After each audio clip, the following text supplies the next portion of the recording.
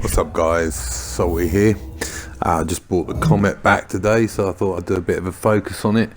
It was a tank developed in 1944 to take over from the Cromwell. This tank's development came with a howitzer cannon, which we'll go through in a minute in the packages, and it relatively rendered the Challenger tank that Britain had developed useless. Now, it was put into service across North Africa to take on the German Panther tanks, and the 75mm gun proved to be exactly what they needed to punch through the armour. Now, it's an iconic tank to me in World War II because my grandfather actually was with the Desert Rats. He was a replenishing supply driver, and he drove all over North Africa, and then at the end of the war came back up through Europe and through Italy. So he was a munitions resupply, fuel resupply truck driver for the push in North Africa, and kind of made me want to play this tank a bit more and put 3 marks on it if I can. So I'm using an amazing crew, so we'll go through the modules. So we've got the engine in the back. There's a high chance of fire on this, but I'm still going to take the chance and not run a fire extinguisher. I'm going to replace with food. There's the gun. I'm running the top package gun. 12 degrees of gun depression. Now, we'll in the gameplay, we'll go through that. There's the tracks. It's relatively average speed for a medium tank. The turret traverse is great. The radio, if you give a shit, is there, and the ammunition is relatively safe, but it's near the drivers and the crew. So don't get ammo racked because it or catch fire, because you may well lose the crew members and they'll be trying to put the fire out, and you might not be able to fire whilst you're on fire. So just a heads up on that. The armour, there's not much to speak of really around this tank. It's pretty much standard for that type of year. They made millions of these things. Not millions, but they made a lot of these tanks, so it was basically, if one blows up, we'll just get another one out there, so it doesn't really matter about armour. So angling it like this, if you get shot on the side of the turret against other tier 7s, it's fine. See, that frontal armour there isn't really any good at all. That upper plate is trash, but this bit's not too bad. So using that 12 degrees of gun depression and that spaced armour on that turret, you're going to get away with it. You can get away with it in your own tier, especially not upgraded Tigers, not upgraded T29s. So the packages, the stock package basically comes with the Cromwell. It was the first variant of the tank ever made, so it was a Cromwell with a slightly better engine, and the howitzer gun. So you get a howitzer which fires heat and explosives, and it's quite good against the sides of vehicles if you fancy trying that one out. This one here gives you, the middle package, sorry, there gives you an upgraded turret and upgraded tracks, which means you start going a bit quicker. And this one is the top package gun with much better penetration. I am running a lot of APCR on it, as I am trying to get that 3rd mark. I haven't even put 1 mark on it yet, so it's a journey that I'm starting. This tank takes you to the Centurion 1, which is another iconic tank. I may well go through later on and try and 3 mark it, but it's quite good, so it might be quite difficult. And so we'll go for some gameplay.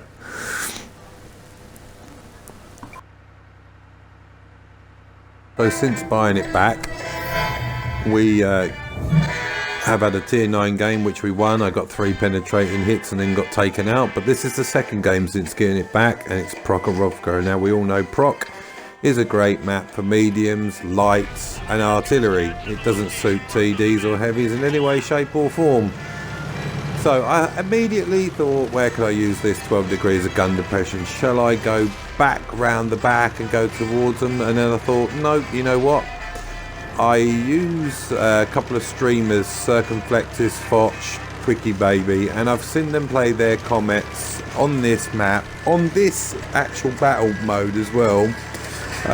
Encounter on the back side of this hill, so it's something I thought I'd try, and it worked out. And it also can incorporate using that 12 degrees of gun depression, not revealing too much of your tank.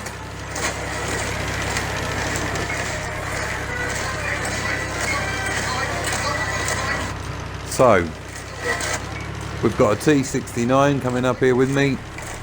Awesome tier 8 American tank, auto loader, great gun depression, great turret strength too. But I'll take the inside line, and now there's a reason for that. I want to use this 12 degrees to shoot anything that's trying to sneak the tracks and town, which in this battle mode is inevitable that will happen. They want to push that area. So look, with the crew skills that I chose, not detected. Through the bushes.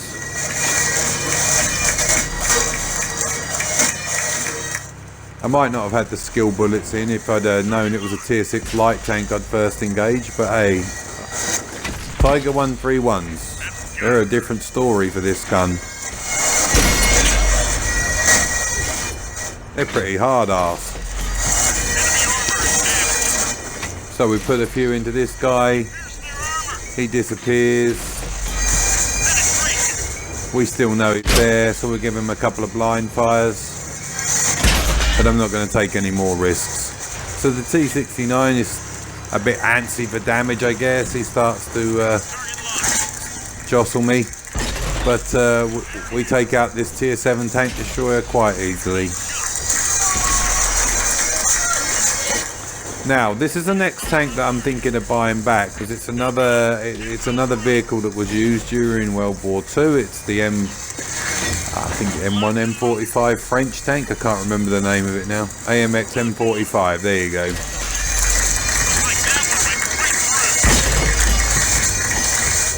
So we take a few blind fires knowing where he was. Are we going to hit him again? No, so no more wasting those rounds. Now, as we all know, the Mutant Jumbo is amazing armour on the front, but not on the sides. So we get a couple of nice, easy shots into him. Thanks very much. And now, as you can see, the 12 degrees of gun depression, I didn't have to reveal much of my tank to those guys at all. Nothing. Like literally 2mm of the turret. Now, I can't honestly say that the Comet's going to be brilliant in Ents War and anything like that, but where you can use this, look at that. Look how much that gun goes down. It's stunning.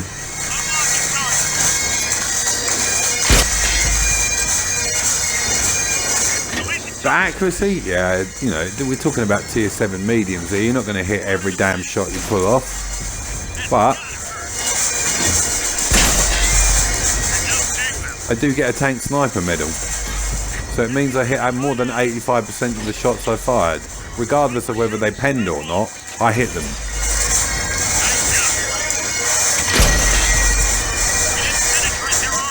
Now, really good spotting by our team, by the way, to keep those guys lit up for us.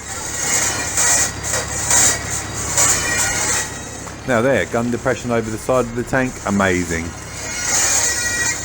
Now if you want to know how to take out a Mutant Jumbo on the battlefield, it doesn's matter if he's been put on fire, I will still feel confident that I'd have put 2 more shots into him and killed him myself without that fire.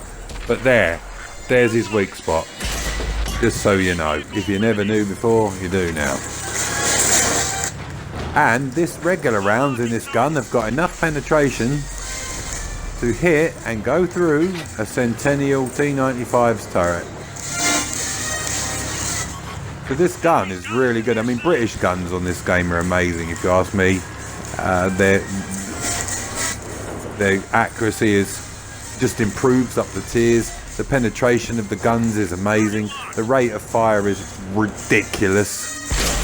Now watch, here we go. Dink. Straight through.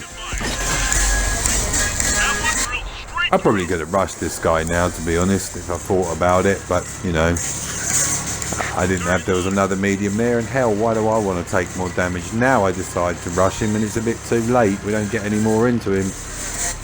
Firing on the move in the Comet is not great. At all, not great. A vertical stabilizer might help me, but I'm not going to run that. I want to get more assisted damage, so I'm going with the optics version.